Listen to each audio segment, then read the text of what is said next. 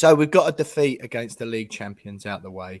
We've had the worst luck in the world. We've got that game out the way. And now we've got the inevitable defeat to Brighton and Hove Albion out the way. West Ham are going to kick off their season with the first victory of the campaign. We're not going down at all. All of that was fallacy last season. And we're going to win the Europa Conference League after thrashing Viborg 3-1. This is going to be a positive podcast because I really don't have the emotional capacity to talk about my true feelings about the fact that once again, West Ham United have not beaten Brighton and Hove flipping Albion. I'm Will Pugh. I'm joined by James Jones. Jonesy, mate, how are you? I think this is just going to have to be a denial episode, mate, because I haven't got it in me to front up to the fact that West Ham haven't won a game after 3 in the Premier League. In fact, they have started their season in the worst way for 51 years. We're just going to have to pretend that none of that's true. Is it really our worst? Surely. Didn't we start a season where we'd lost 4 in a row? No, I think as in after this stage, so like our worst start after 3 games, I think. Because we haven't scored a goal, basically. Oh, right. So that's it, is it? Well, yeah. Well, and zero. The 0 points thing is important as well. This will cheer you up then. This will cheer you up. This time last season, we'll start the season with 3 defeats and hadn't scored a single goal. They finished 5th. So, I mean, all is not lost. And one of those defeats was against the newly promoted side in Brentford. Sorry, was this Arsenal, did you say? This is Arsenal, yeah. So, obviously, we've lost the newly promoted Nottingham Forest. So, yeah, I don't think all is not lost. You know, it's frustrating. I genuinely believe that this was the year that we'd find the end of the Brighton. Mate, I don't want to talk about it, honestly. But now, because we've lost that one at home, I genuinely don't. Whenever the game at the Amex is later in the season, I don't care whether we might be winning the league by that point, and I still wouldn't back us to go there and get a result. I'm done with Brighton. Forget them. Dead to me. But I still hate it, mate. Honestly, it's just not funny. Yeah, I mean, I don't. It's like the most tragic, embarrassing bogey team to have as well. Honestly. Yeah. I mean, I get annoyed about some things on this podcast.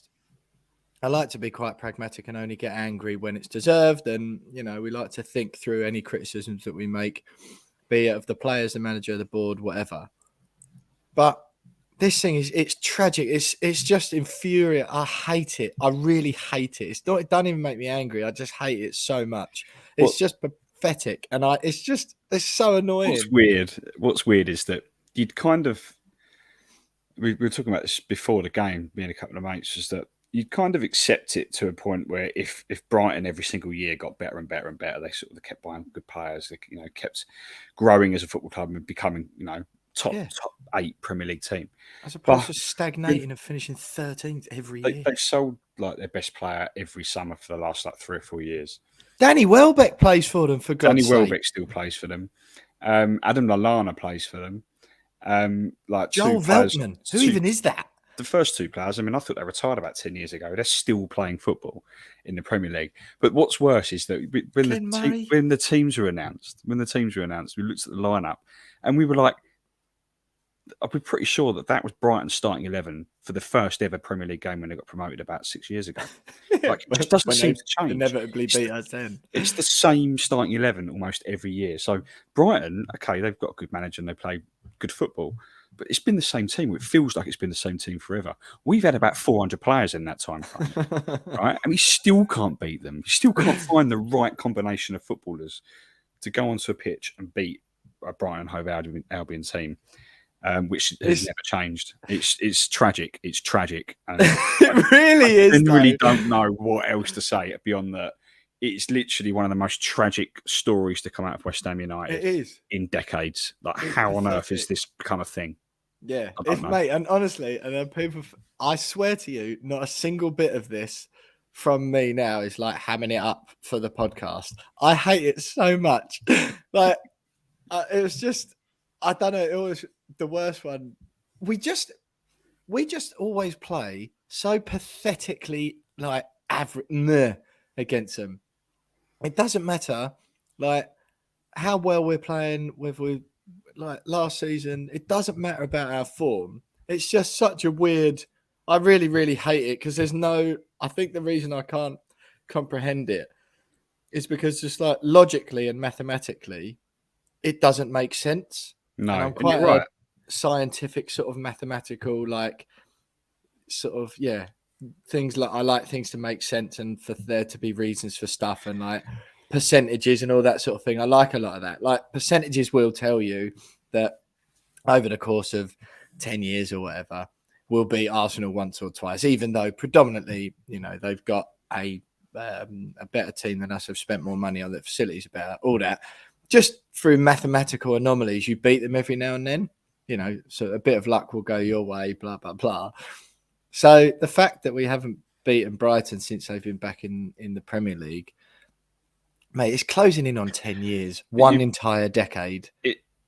It makes less sense, given you're right in what you say, is that it doesn't matter what form we're in. Over the last 2 years, we've been fighting for the top 4 and the top 6. Brighton have been mid-table or mid-second up, bottom half of the table, battling down there, and we've still not been able to beat them. This year, we're bottom of the league. They're sort of floating around mid-table still, and we still can't beat them. Like, nothing really works out. Like, I just don't understand it. I don't understand it. And, I think we deserved it as well. Just terrible. Since West Ham last beat Brighton, we've had the London Olympics, the Bowling Ground was knocked down, Dimitri Payet came and went, Mark Noble became captain and retired, David Moyes has been appointed manager twice, and Brexit was still 4 years away. I mean, it's just not funny. Honestly, it's just not funny. And yeah, I honestly think if David Moyes doesn't beat Brighton later on in the season, him, all the players and the board should be sacked. In fact, just wind the club up. Wind the club up, because you can't. It's just stupid now. Honestly, it's pathetic. I don't care. We could have won the Europa League. We could win the Premier League this year. But it's always tainted, isn't it? If you can't beat Brighton. They're just such a mere club as well. And I've got nothing against them. I like Brighton. The city's great. The stadium's really nice. I even quite like their kit. But it's just meh, isn't it? No one else in the Premier League has got anything. Like, they're just one of those teams that make up the numbers, aren't they? Very inoffensive football club, but it just... Inoffensive is perfect. That's a great word, yeah. If I moved down there, I'd go and watch them, I would enjoy it. Do you know what I mean? It would be nice. Fans are all nice. Graham Potter's a brilliant manager. He's a nice bloke. Yeah, nice blue and white stripy kit, even that's not offensive.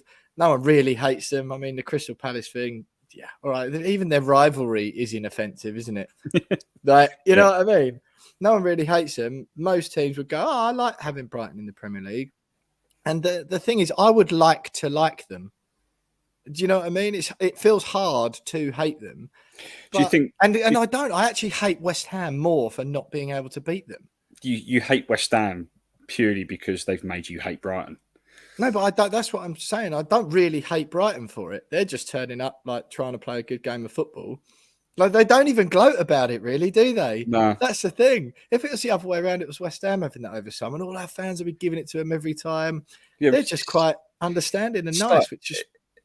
It's like on Sunday when they're singing "We can see you sneaking out" and it's gone quiet over there and all that, and you're not singing anymore.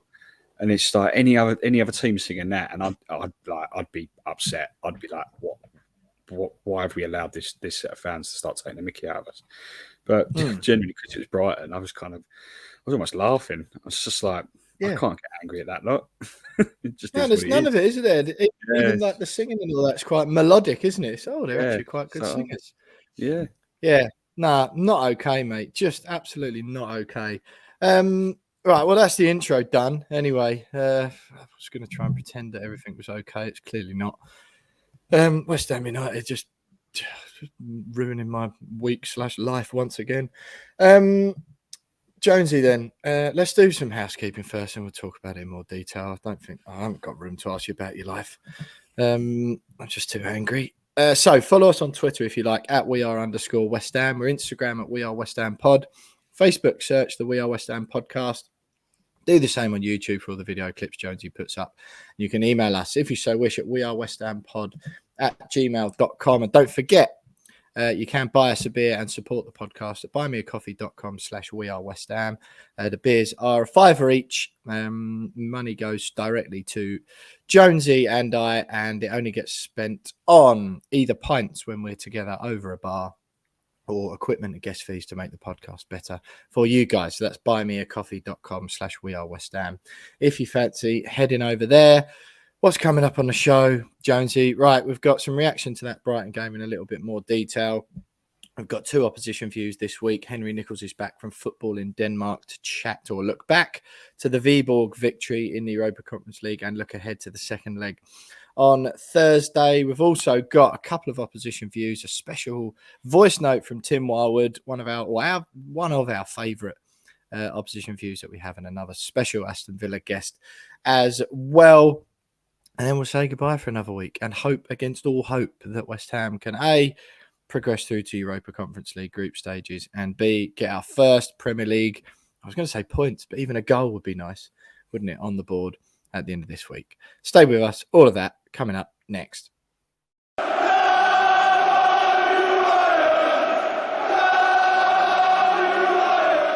Right, coming in, Jonesy. I think it's best if you do a lot of the talking. I mean, you can see I'm not really in control of my emotions. It's Monday morning. The game was, literally yesterday. I clearly still haven't got over. I just hate it so much. And that's all I've really got to say on it. So I think it's best if you provide some of the more detailed tactical analysis, some of the things you want to look back on, talking points from the game and all that. Because I'm just going to keep saying, I hate it. And it's not going to be good content, quite frankly. West Ham United 0, Brighton 2. Just so predictable, because the best we can ever hope for against the Seagulls is a 1-1 draw. Give me some of your thoughts. Odd away from the James, I'm really sorry. That's the second time I'm going to let people in behind the curtain. That's the second time I've gone to mute my mic while you're talking and muted you instead. So all the momentum that we've built up there, let's go again. Right, so Jonesy, Brighton, give me your thoughts. Well, I'm off mute. Yeah, okay.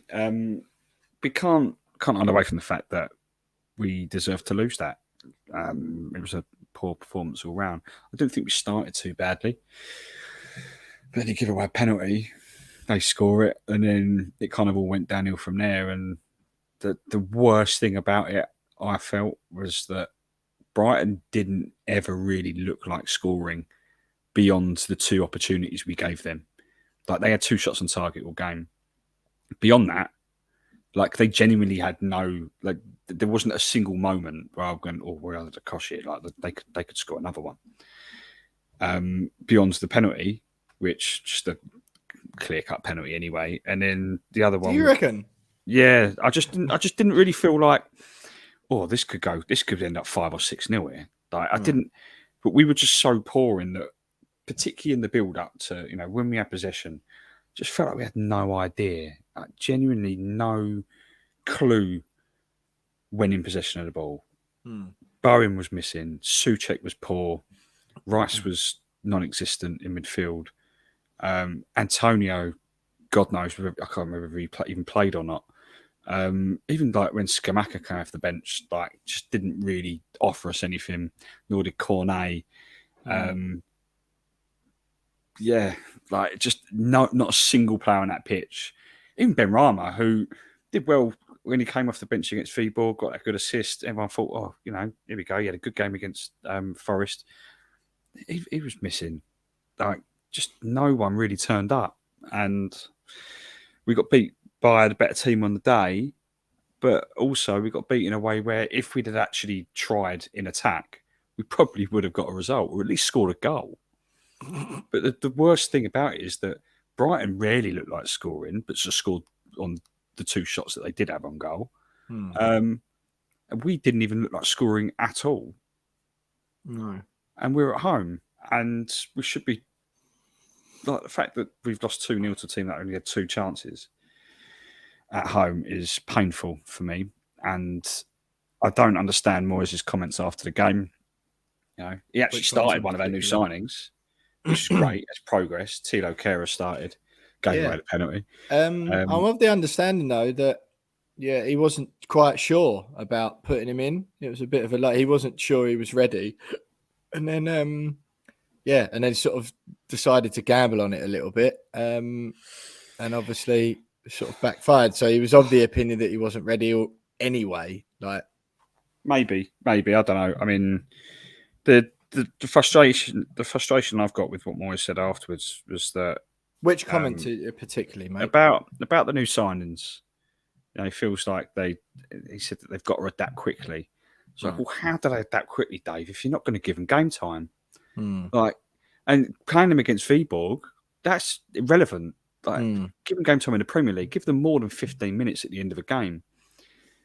I just don't. How the hell's Scamacca going to be the striker that ends our striker crisis when he's getting 25 minutes every weekend? Like, I just don't understand it. And then he's getting 75, 80 minutes against a Danish mid-table club in a European qualifier. Like, that's not going to make him adapt any quicker. He's got to start football matches, same as Cornet, same as Kehrer. I'm glad that he decided to gamble Moyes with Kehrer because we've got to start. Are you though? Yeah, well, based on what happened? Well, I mean, he gave away a penalty. I didn't think he was terrible. He did look as if he wasn't 100% ready. I saw a tweet. Our other option is Ben Johnson, who, he's done well in the last 2 games. But at what point do you go, right, we just need to play centre-backs? We've got centre-backs now. Let's play the centre-backs as centre-backs. But he's got to make that gamble, in my opinion. Okay. Well, yeah, fine. But then, yeah, but he's got to that's the thing, quickly. Isn't it?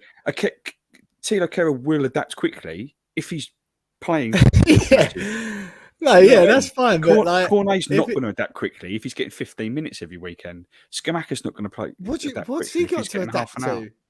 Well, that's what I mean. The Premier League last season. This is the problem. Like, why are we asking these players to adapt quickly, but then only playing for 15 minutes? Just put them on the football pitch, play them. But I understand. Cornet plays in Bowen and Fornell's position, 2 of the most outstanding performers in the team last season. So there is that. Like, you've got to earn your way into the team. You buy a bloke who went down with Burnley, and you try you don't just throw him in and shit on those 2. Oh, so excuse me. You know what I mean? But then so at the same time, this wasn't a swearing podcast. But at the same time, after the City game, Moyes came out and said, "I've got to freshen this squad up a little bit. I've got to freshen this team up a little bit."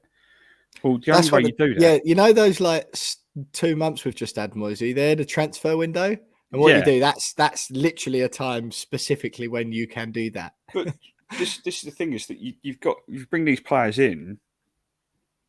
Some of them have come into a depth, but we're talking about, you just mentioned Bowen and Fornals. Bowen's been non-existent since the season started, apart from that one good thing he did against Viborg. Fornals, I thought he played very well against Forest, but was missing against Brighton. So there's got to be a point where you go, well, maybe, the squad needs freshening up, but the starting 11 needs freshening up as well. Because these players have played 50, 60 games over the last 12 months. Right? They need a bit of a rest. Yeah, they've had the summer off. Some of them have had longer summers than others. Like, it's not good enough just to bring in a load of new signings in the summer and just keep them on the bench and just give them 15 minutes every weekend. We've got to play them. How are they going to adapt quickly if you're not giving them a start? Start one over Fornals if you have to. Start one over Bowen. I don't know. That's the way I see it. You're not going to start him over Bowen, are you? Fornals I kind of understand. But then, I don't know. I think he's one of those players that fans are quick to sort of go, because he doesn't do anything spectacular, really. Who's that? Fornals. Like, right. Bowen, you don't not start Bowen. That's. I get that, yeah. I get that.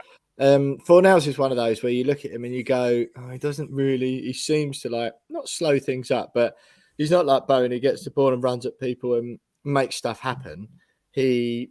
But he works his absolute tail off, and I think it's one of them where if he doesn't play, we sort of look worse and no one can really know why. And then in the background, it's like, oh yeah, because Fornals runs 11, 12 kilometers a game, and Cornet's come in, done a few step overs, but we got massively exposed down the left hand side or whatever. I kind of get what you mean. I would honestly, I'd give it a gamble because it's looked stale, isn't it? But mate, It's my point, Antonio again. It's like mate. That's exactly my point. it's Antonio up front. It's all very well criticising the players behind, but when you've got nothing to link up with and feed off or whatever, That's it. And I think if there's one change that he has to make against Villa at the weekend, it has to be Skamaka for Antonio for me.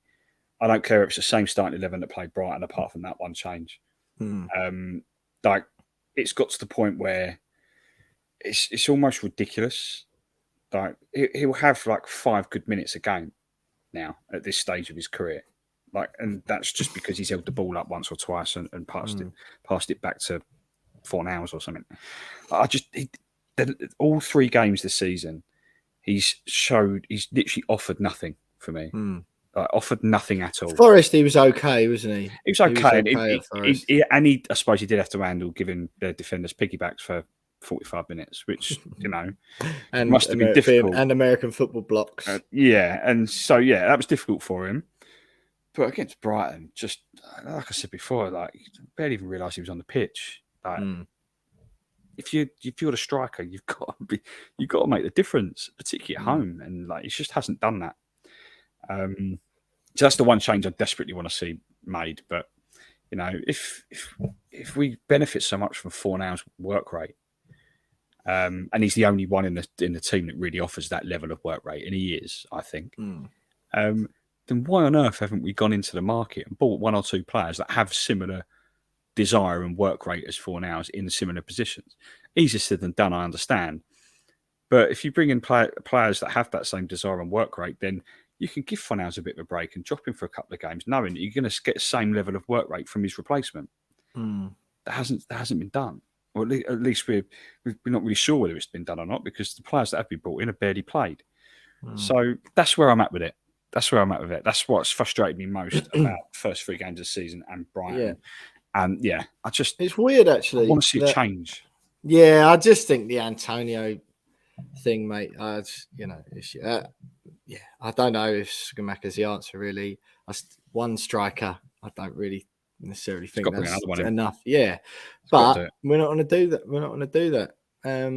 But listen, it's weird though how we haven't scored a goal yet this season. Well, we have, because Ben Rama shouldn't have been disallowed and Declan Rice should be able to score from 12 yards. Or if Scott McKenna hadn't been playing volleyball, Souček's one might have gone in anyway.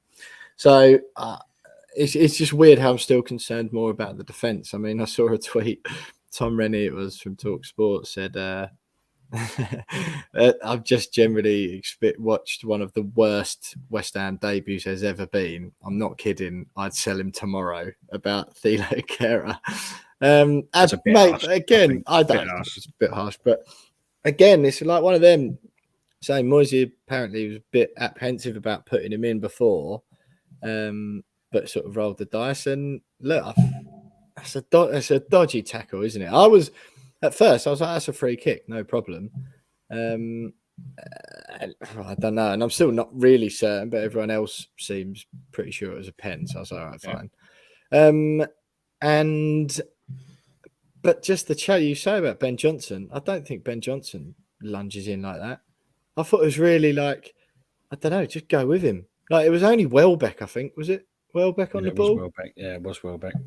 And, you'd think even Thilo Kehrer would know how comical it is to think challenge, or when Danny Welbeck's running through that an emergency challenge needs making. I just thought it was a little bit, blimey. And I know what you're saying.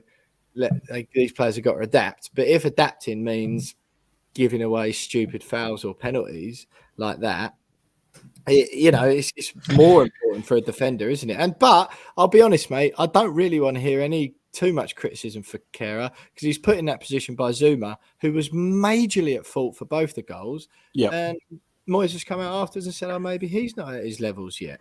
Well, that was going to be my next point. Is that the pitch appears. That was going to be my next point, was that Zuma, I think this season, he's been our only fit centre back all season so far. And I've heard rumours, mate, that he's still having trouble with that knee. Yeah, but so the fact is, he's been our only fit centre back all season since the season started. And and arguably he's been our worst. Like, at fault for both goals against Brighton. Rubbish, really, against Forest. I think just again was relatively non-existent. And City, like, is what it is. But I haven't seen anything of Zuma of what we were used to seeing last season, like really imposing centre back in attack at set pieces as well as defensively. And the fact that he's been our only centre back, but also probably our worst, says a lot about the form that he's in at the moment. Yeah. And weirdly, and I say weirdly, it's not really that weird because he's a legend, but we desperately miss Craig Dawson. You're right. You we miss his heart. We miss him throwing his head at people. Yeah, in front of feet and balls and arms and whatever else. Just getting in front of anything. Yeah, just being an all-round good bloke. Yeah. Yeah, right, James. Now, in my, I'm not one to, what's the word? Catastrophize, which is sort of a word I've been using quite a lot recently. I quite like it. Yeah. I'm not one to do that freely, but and again, the Brighton thing is what it is. How long? And I didn't really want to talk about it on this podcast, actually, because I still think it's silly and premature. But it's Aston Villa next. That's pretty huge, isn't it? Because I think genuinely, I'm sort of happy to make an excuse. I would say realistically, we're 3, maybe 4 points behind where we would want to be, right? Regardless of when the fixtures fell. If me and you sat down and went through every fixture West Ham have this season and said how many points we expect or should get points from, I think genuinely we would stay a point against Brighton because that's what we do. We'd say a defeat to Manchester City, and we would probably say, all right, if you're being confident, then you'd say beat Nottingham Forest, but it's still an away game, so maybe a point, right? So I think best case we're 2 points behind our more pessimistic guesses, and very, very worst case, I know people think we should beat Brighton, but because of that, very worst case we're 6 points behind, but realistically it's probably 4. I think that's reasonable. If you said you'd get 4 points out of Forest away and Brighton at home, no matter how they fell, you'd say yes. So 4 points behind where we would like to be. How long until it's a disaster? Because people are starting to talk about Moyes out. I don't want to talk about that yet. Really, I think it's tragic. No, I don't. But how long until you start? Not necessarily Moyes out, but how long before you start going? Oh, there's some serious problems here. Like if we don't beat Villa, and we do like a victory against Villa, and they're not playing great, what do you think? It's difficult to want to call. So, like I said right at the beginning, look at Arsenal last year. They lost their first 3 games of the season without scoring. Ended up finishing 5th. Should have finished 4th. Really, they absolutely bottled that. So if you're looking at what our targets are for this season, which is top 6, top 8 at the very worst, top 6, going for it. Let's try and get back into the Europa League at the very least. Right. Then it's too early to really be in panic mode. Okay, it's slightly concerning, unexpected, frustrating, but I don't think that there's time. It's time to panic just yet and go thinking, there's a major issue. We've still got 10 days of the transfer window. You'd like to think Moyes is going to bring 2 or 3 new guys in. In what position, I don't really know. At this moment in time, I don't really care. We just need new players, and then we see what happens after that. I think because we've got Villa and then it's Spurs. Mate, that's what I'm saying. Villa, Spurs, Chelsea, Newcastle. Yeah, and so if we don't get anything at Villa, then it could potentially be 7 games, 6-7 games. Which, at that point you start wondering, okay, what's going on? Something's going on. But I think at the moment it's too early for me. And all that talk about Moyes out, that's just nonsense. Absolute nonsense. I am with you on that. I look back at it this morning. We've got 1 win in our last 10 Premier League games. Okay, we're currently putting out relegation form. Yeah. Right. But we've still finished in the top 7 2 years running. We've finished in the got to Europa League semi-final. We've lost 3 games in a row in the Premier League this season. That is no cause to start going Moyes out. Moyes out. No, I agree. Like, it's nonsense. We need to beat Villa. Yeah, though, it's one win in 10 if you take into account the back end of last season. But at the moment, it's 3 defeats in a row, and that's the way I'm seeing it. 3 defeats in a row is no cause for concern for any football club, really, unless you're Man City or Liverpool trying to go for the title. Right? Then it's like, okay, panic stations. But for us, for what we want to achieve this season, I still think it's salvageable. Of course, it's salvageable. I don't think we should be panicking just yet, but it's frustrating. Well, does that make sense? Yeah, sort of. It does. I mean, I didn't really. The Moyes out thing's just nothing at the moment. I am nervous though. I am nervous. Yeah, I suppose there is an element of being nervous. Yeah, just with those games we've got coming up, and that's what I say. People go, "Oh, why does it matter when you play Man City first game of the season or not?" Honestly, mate, and I think it does because I think it's all about momentum and mindset and all that sort of stuff. I know you said about Arsenal, but I do honestly think it's slightly different with a club like that. Well, they lost to Brentford on the opening day of last season. Embarrassed at Brentford. But it's different, 2-0. isn't it? They're slightly different. You're dealing with a different outfit there. Yeah, I don't know, mate. It doesn't. And I think that's the thing. We haven't. The Nottingham Forest game, that was genuine bad luck there. Brighton is just Brighton. But I think it just automatically puts pressure on this Villa game.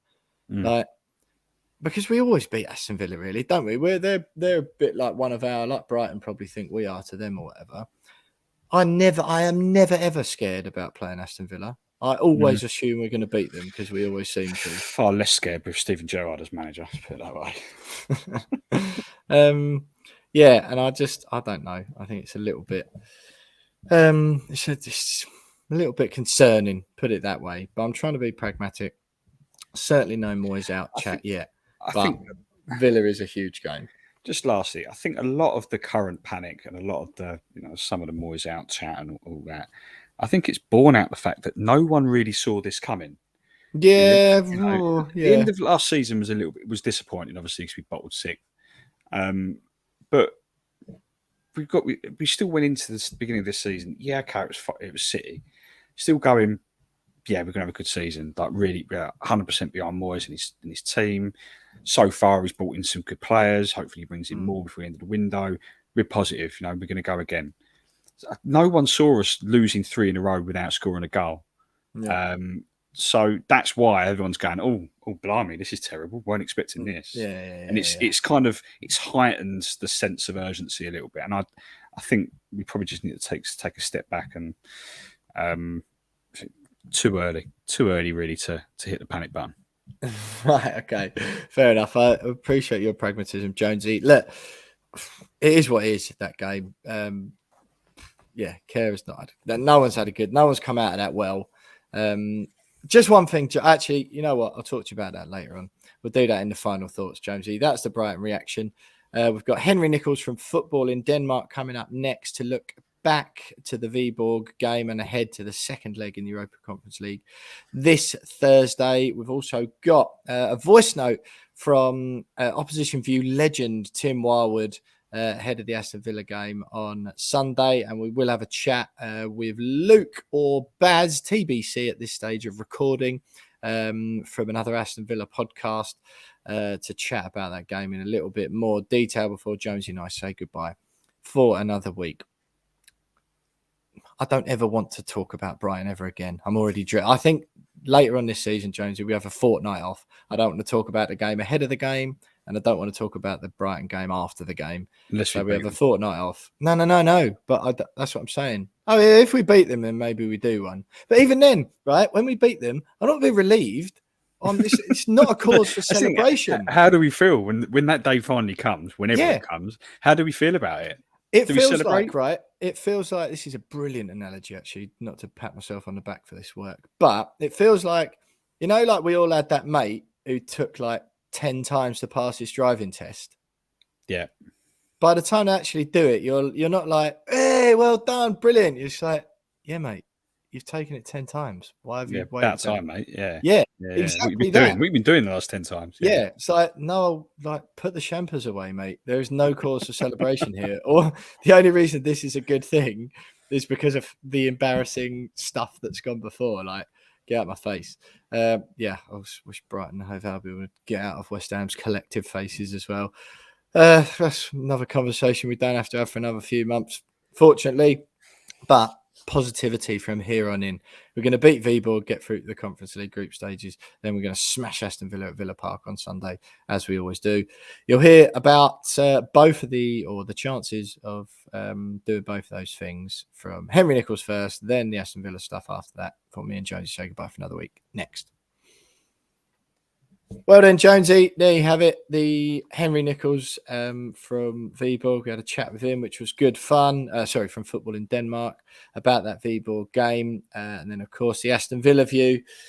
Just then, looking ahead then, Jonesy, let's have some final thoughts. I wanted while we're still on that Villa topic, what's your thoughts on the game at Sunday at Villa Park? We've got a good record there recently, haven't we? So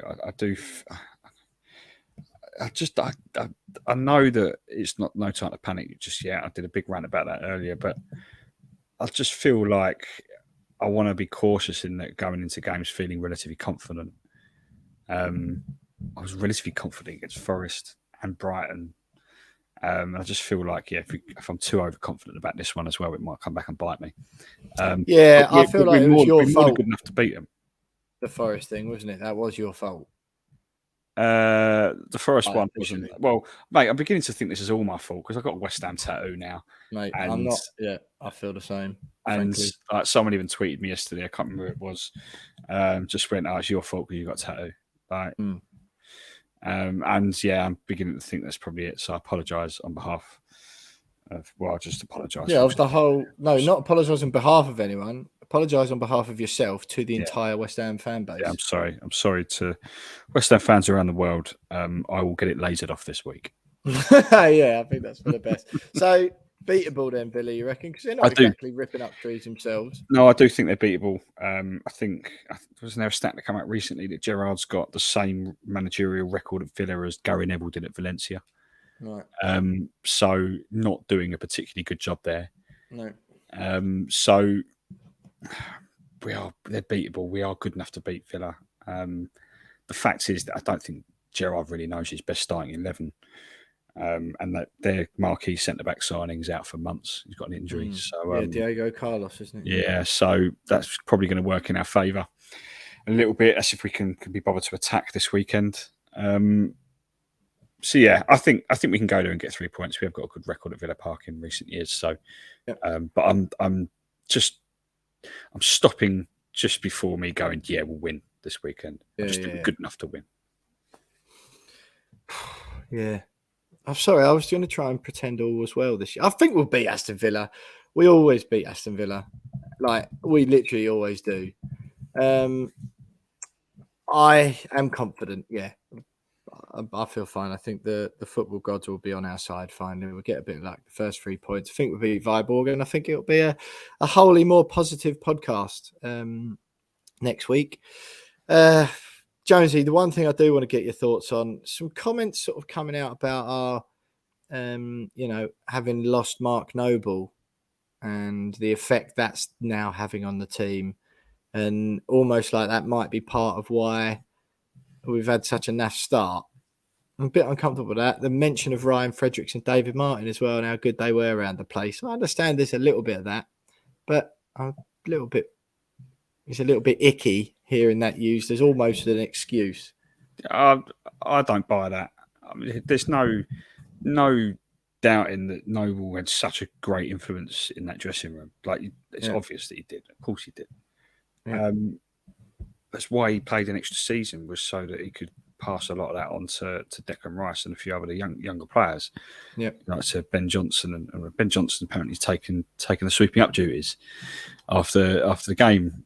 Or so we're led to believe. So, like, for then suddenly there'd be rumours that actually, him not being there is affecting the squad. I think it's just a cop out. Because that squad, we've been led to believe for the last 2 years that David Moyes has instilled this great squad unity, really great atmosphere in the team. Everyone gets on with everyone. Everyone's best mates. Losing one of them, yeah, fair enough. He was top of the bunch.